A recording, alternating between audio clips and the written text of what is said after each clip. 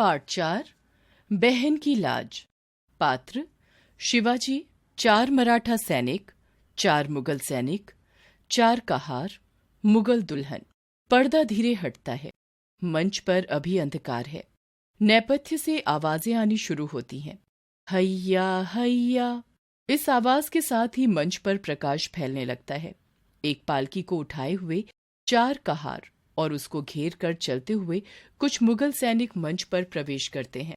पालकी के आगे होई हो वाले दोनों कहार, पालकी के पीछे होई हो वाले दोनों कहार। इस तरह बोलते हुए कहार और पालकी के साथ वाले सैनिक मंच की दूसरी ओर निकल जाते हैं, लेकिन उनकी आवाजें लगातार आती रहती हैं तथा धीमी होते होते समाप्त हो जाती हैं। आवाजों के धीमी होते होते दूसरी ओर से शिवाजी अपने 4 मराठा सैनिकों के साथ प्रवेश करते हैं। पहला सैनिक, रुककर सुनिए महाराज, मुझे कुछ लोगों के पैरों की आवाजें सुनाई दे रही हैं। शिवाजी ध्यान से सुनते हुए, मुझे तो उनके कुछ बोलते हुए इधर आने का आभास हो रहा है। शेष तीनों सैनिक ध्यान से सुनते हुए, आप ठीक कह रहे हैं महाराज, ये रास्ता आगे जाकर पंढरपुर की घनी पहाड़ियों के नीचे से गुजरता है। इस पीछे वाले रास्ते से हमें तुरंत उन पहाड़ियों पर पहुंच जाना चाहिए। कहते हुए शिवाजी तुरंत पीछे की ओर घूम जाते हैं और बाहर की ओर भागते हुए अपने साथी सैनिकों से कहते हैं, जल्दी करो, सभी आओ। सभी सैनिक उनका अनुसरण करते हुए तेजी से चले जाते हैं। इस तरह बोलते हुए कहार और पालकी के साथ वाले सैनिक मंच के दूसरी ओर निकल जाते हैं, लेकिन कहारों की आवाजें लगातार आती रहती हैं और धीरे धीरे सुनाई देनी बंद हो जाती हैं। शिवाजी और उनके साथी सैनिक प्रवेश करते हैं। तीसरा सैनिक, हमारे छिपने के लिए बस यही जगह ठीक है महाराज। अगले चक्कर में वे लोग इस पहाड़ी के नीचे से गुजरेंगे। हम अचानक कूदकर उन पर हमला कर देंगे और उन्हें लूटकर भाग जाएंगे। शिवाजी, ठीक कहते हो गंगाराव, लेकिन हमारा मुख्य उद्देश्य लूट और मारकाट नहीं है। हमारा मूल उद्देश्य अपनी इस मातृभूमि को मुगलों के चंगुल से मुक्त कराना है। कहते हुए शिवाजी उस धरती से मिट्टी उठाकर अपने माथे पर मलते हैं। साथी सैनिक, आप निश्चिंत रहे महाराज, जब तक एक भी मराठा के सीने में प्राण है, आपकी तलवार के नीचे वो अपनी मातृभूमि की आजादी के लिए लड़ता रहेगा। शिवाजी भरपूर जोश के साथ हाथ में थाम रखी तलवार को हवा में ऊपर उठाकर, तलवार नहीं है, साधारण तलवार नहीं है शिवाजी के हाथ में, मां भवानी का आशीर्वाद है, साक्षात भवानी है ये। सभी साथी सैनिक, मां भवानी हमारे उद्देश्य को अवश्य सफल करेंगी महाराज। उनकी बातें करते करते ही जैसे दूर से आवाजें आनी शुरू हो जाती हैं। देखो, उनकी आवाजें समीप आ रही हैं। पहले ये परख करो कि हमें इन पर हमला करना है या नहीं। याद रखो, केवल हमला करना, मार डालना और भाग जाना ही शिवा का उद्देश्य नहीं है। चौथा सैनिक, आपका हर आदेश हमें याद है महाराज। हमें केवल मुगल सैनिकों और उनके धन को ही अपना निशाना बनाना है। शिवाजी, बाबूराव, तुम उस ऊपर वाली पहाड़ी पर चढ़कर उन लोगों का जायजा लो। बाबूराव एक ऊंची जगह पर चढ़कर दूर तक देखता है और शिवाजी को बताता है, बाबूराव, उधर से एक पालकी को कंधों पर लादे 4 कहार और पालकी को घेर कर चलते हुए 4 मुगल सैनिक आ रहे हैं महाराज। शिवाजी चिंतापूर्वक, पालकी आ रही है? पालकी पर तो हम हमला नहीं करेंगे बाबूराव। क्यों महाराज?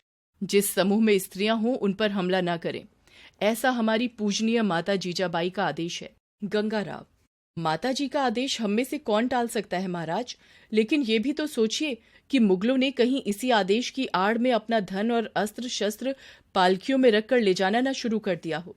आशंका तो तुम्हारी उचित है गंगाराव। अब कुछ ऐसा करना होगा कि माताजी के आदेश का उल्लंघन भी ना हो और अपना काम भी जिम्मेदारी के साथ हो जाए। शिवाजी और शेष 3 सैनिक मंच पर इधर उधर घूमते हुए तरकीब सोचने लगते हैं। बाबूराव अपनी जगह पर बैठा रहता है। आवाजें कुछ और तेज हो जाती हैं, जैसे पास आने लगी हो। जल्दी सोचो, वे लोग यहाँ शायद पहुंचने ही वाले हैं। एकाएक चुटकी बजाते हुए आ गई तरकीब दिमाग में। ऊपर चढ़े हुए बाबूराव से, उनके साथ सैनिक कितने हैं बाबूराव? बाबूराव, सैनिक तो केवल 4 ही नजर आ रहे हैं महाराज, लेकिन कहारों के हाथ में भी तो एक एक लाठी पालकी का सहारा देने को है। हो सकता है कि कहार भी लठैत हो। सुनो, हम 5 हैं और वे 8। ऐसा करते हैं कि तुम चारों अचानक ऊपर से कूदकर एक एक सैनिक की गर्दन अपनी बाहों में जकड़ लोगे और एक एक कहार की गर्दन पर तलवार टिकाकर सबको काबू में कर लोगे।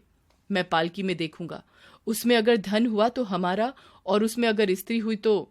गंगाराव, तो क्या महाराज? शिवाजी, तो पालकी पर हमला करने के दंड स्वरूप हमें प्रायश्चित करना पड़ेगा। सभी साथी सैनिक, हम सब उस प्रायश्चित में आपके साथ रहेंगे महाराज। बाबूराव, वे लोग हमारे हमले की हद में आने वाले हैं महाराज। शिवाजी, तुम तुरंत नीचे उतर आओ और सब लोग अपनी अपनी जगह तैनात हो जाओ। मेरा इशारा पाते ही एक साथ हमला बोल देना। शिवाजी के बोलते बोलते ही कहारों की आवाजें निकट आनी शुरू हो जाती हैं। शिवाजी और उनके साथी हमले की मुद्रा में बिखर जाते हैं। पालकी लिए हुए कहार और उन्हें घेर कर चलते मुगल सैनिक प्रवेश करते हैं। शिवाजी के सैनिक हमला करके योजना के अनुसार सबको काबू में ले लेते हैं। शिवाजी कूदकर पालकी के निकट पहुंच जाते हैं। मराठा सैनिक मुगल सैनिकों और कहारों से, खबरदार, जो किसी ने तनिक भी हिलने का प्रयास किया। यह कहते कहते शिवाजी पालकी का पर्दा उठाते हैं और चौंक कर पीछे हट जाते हैं। गंगाराव, संकोच ना करें महाराज।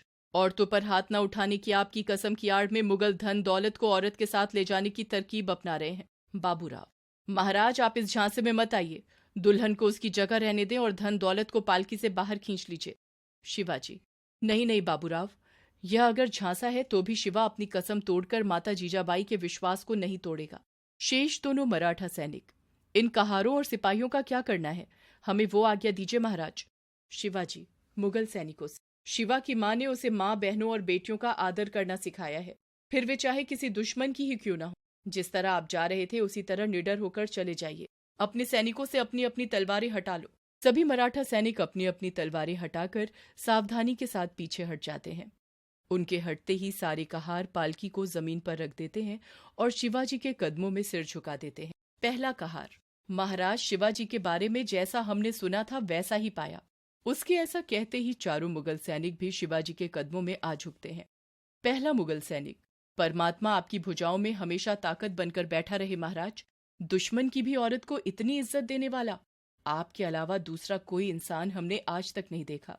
दूसरा मुगल सैनिक, इस दुल्हन को जहां पहुंचाना है वहां पहुंचाने के बाद हम आप जैसे वादे के धनी इंसान की खिदमत में रहना पसंद करेंगे महाराज। आप हमें अपना लेने की आज्ञा दें। शिवाजी, शिवा के दरवाजे देशभक्त और ईमानदार बहादुरों के लिए हमेशा खुले हैं। आप जब भी आएंगे आपका स्वागत होगा। उसी दौरान पालकी में से निकलकर दुल्हन बाहर आती है। दुल्हन शिवाजी से, पालकी में रखी सारी दौलत को अपनी इस मुगल बहन की ओर से तोहफा समझकर कबूल करो भैया। जो आदमी औरत की इज्जत करना जानता है, यह देश और पूरी कौम उसी के हाथों में महफूज रह सकती है। शिवाजी, नहीं मेरी प्यारी बहन, नहीं। शिवा ने अगर ये तोहफा इस समय कबूल कर लिया तो लोग तरह तरह की बातें बनाएंगे। अपने इस भाई के लिए सफलता की दुआ करो और अपने घर जाओ। ऊपर वाला तुम्हें सदा सुखी रखे। दुल्हन, जब तक जीऊंगी मैं यही दुआ करती रहूंगी। हे ऊपर वाले, मेरे शिवा भाई की बाहों को जितनी ताकत दे सकता है दे, क्योंकि उसकी तलवार कमजोरों पर नहीं जालिमों पर चलती है। सभी मराठा सैनिक, असहायों के रक्षक शिवाजी महाराज की जय।